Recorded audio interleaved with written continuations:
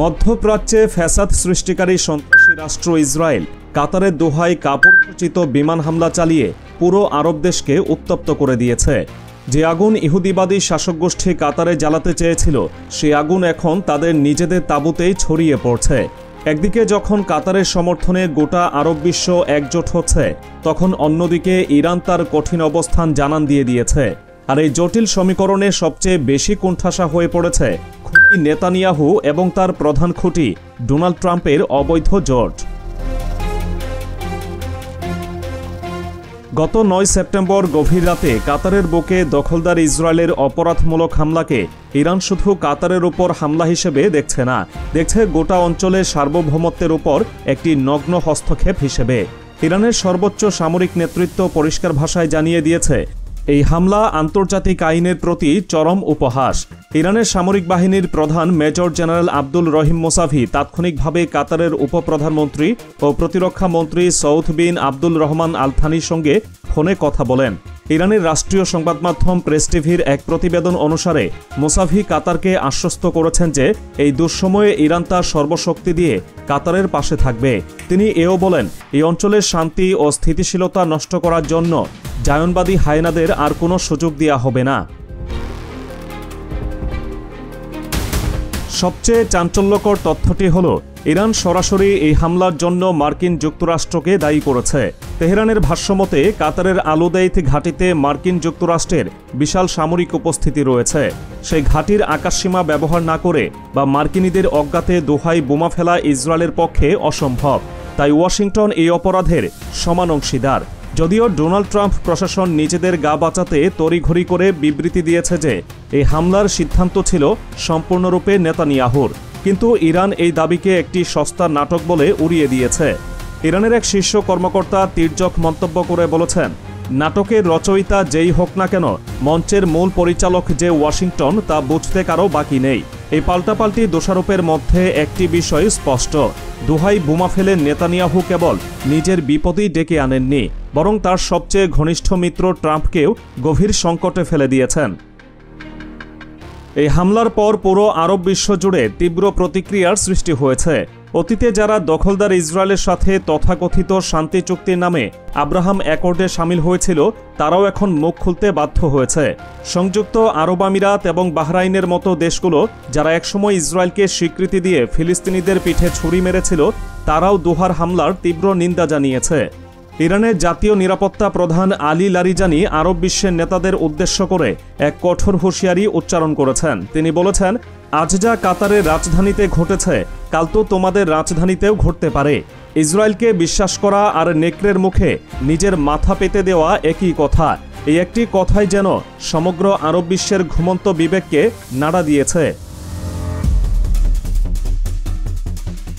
এ ঘটনার পর আন্তর্জাতিক মঞ্চেও দখলদার ইসরায়েল ভয়াবহভাবে কোণঠাসা হয়ে পড়েছে। সম্প্রতি জাতিসংঘের সাধারণ পরিষদে ফ্রান্স এবং সৌদি আরবের যৌথ প্রস্তাবে নিউ ইয়র্ক ঘোষণা পাশ হয়েছে, যেখানে বিশ্বের 142টি দেশ স্বাধীন ফিলিস্তিন রাষ্ট্র প্রতিষ্ঠার পক্ষে ভোট দিয়েছে। ফিলিস্তিনের পক্ষে এই ঐতিহাসিক বৈশ্বিক সমর্থনকে অনেকেই ইহুদিবাদী ইসরায়েলের পতনে চূড়ান্ত সংকেত হিসেবে দেখছেন। দোহাই হামলার ঘটনা এই জনমতকে আরও শক্তিশালী করেছে। এটি প্রমাণ করে যে সামরিক শক্তি দিয়ে সাময়িকভাবে ভূমি দখল করা গেলেও বিশ্বের মানুষের মন জয় করা যায় না। এই ধরনের সন্ত্রাসী কর্মকাণ্ড দখলদার ইসরায়েলের আসল চেহারাটাকেই বিশ্বের সামনে তুলে ধরেছে। আর এই সুযোগকেই পুরোপুরি কাজে লাগাচ্ছে ইরান। ইরান শুধু মৌখিক নিন্দাতেই সীমাবদ্ধ থাকছে না, সক্রিয়ভাবে মাঠেও নেমেছে। কাতারে হামলার পর থেকেই মধ্যপ্রাচ্যের সিংহ আয়াতুল্লাহ খামেনির ইরান ফুঁসে উঠেছে। ইসলামী প্রজাতন্ত্র ইরান প্রমাণ করতে চাইছে তারা মজলুমের পক্ষে এবং জালেমের বিরুদ্ধে তাদের অবস্থান থেকে এক চুলও নড়বে না। আর এই বার্তার বাস্তব রূপ দিতেই এবার সরাসরি কাতারে যাচ্ছেন ইরানের প্রেসিডেন্ট মাসুদ পেজেশকিয়ান। ইরানের প্রেসিডেন্ট মাসুদ পেজেশকিয়ান রবি ও সোমবার দোহায় অনুষ্ঠিতব্য এক জরুরি ইসলামিক আরব শীর্ষ সম্মেলনে যোগ দিচ্ছেন। এই সম্মেলনটি কাতার আহ্বান করেছে, যার মূল উদ্দেশ্য দুটি: এক, গাজার মজলুম ফিলিস্তিনিদের প্রতি সমর্থন জানানো, এবং দুই, দোহায় জায়নবাদীদের চালানো নির্লজ্জ হামলার সম্মিলিত জবাব দেওয়া। ইরানের পররাষ্ট্রমন্ত্রী আব্বাস আরাকচি নিশ্চিত করেছেন যে প্রেসিডেন্ট পেজেশকিয়ান এবং তিনি নিজেই দুজনেই এই সম্মেলনে ভাষণ দেবেন।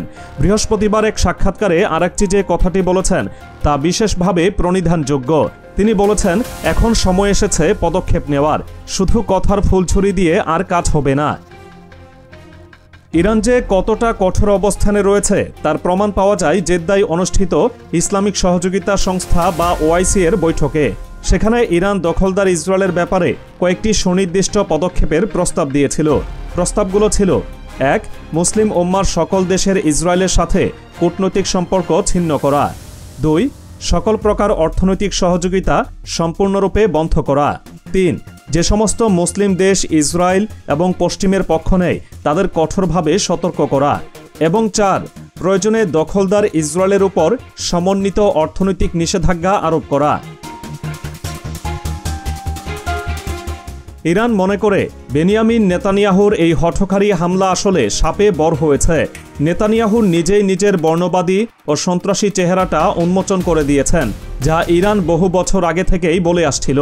এখন শুধু সাধারণ জনগণই নয়, এই অঞ্চলের সরকারগুলোর কাছেও এটা পরিষ্কার যে মধ্যপ্রাচ্যের স্থিতিশীলতার জন্য প্রধান হুমকি হল দখলদার ইসরায়েল, অন্য কেউ নয়। কাতারের মাটিতে চালানো এই হামলা ছিল ইতিহাসে প্রথম। এই ঘটনা মধ্যপ্রাচ্যে একটি কূটনৈতিক ভূমিকম্পের সৃষ্টি করেছে। যদিও আরব দেশগুলো একযোগে নিন্দা জানিয়েছে, কিন্তু কোনো কার্যকর পাল্টা পদক্ষেপ এখনও দেখা যায়নি। আর এই শূন্যস্থান পূরণ করতেই ইরান তার নেতৃত্ব নিয়ে এগিয়ে আসছে। কাতার নিজেও আঞ্চলিক পর্যায়ে সম্মিলিত পদক্ষেপ নেওয়ার জন্য জোর দিচ্ছে। দোহায় অনুষ্ঠিতব্য এই শীর্ষ সম্মেলন তাই অত্যন্ত গুরুত্বপূর্ণ। বিশ্ববাসী এখন তাকিয়ে আছে ইরানের প্রেসিডেন্ট মাসুদ পেজেশকিয়ান দোহার মাটি থেকে কি নতুন ঘোষণা দেন। তার একটি ভাষণই হয়তো বদলে দিতে পারে মধ্যপ্রাচ্যের ভবিষ্যৎ রাজনীতির গতিপথ। তাই সব মিলিয়ে বলা যায়, দোহায় যে বোমাটি পড়েছিল তার ধাক্কা এখন ওয়াশিংটন আর তেল আবিবের ক্ষমতার করিডোরে গিয়ে আছড়ে পড়ছে। এই একটি ঘটনা প্রমাণ করে দিয়েছে যে যুক্তরাষ্ট্র প্রকাশ্যে যতই অস্বীকার করুক না কেন, তাদের সবুজ সংকেত ছাড়া এই অঞ্চলে কিছুই ঘটে না। কিন্তু এবারের আগুন এতটাই ছড়িয়ে পড়েছে যে তা নেভানোর ক্ষমতা হয়তো তাদেরও হাতে নেই।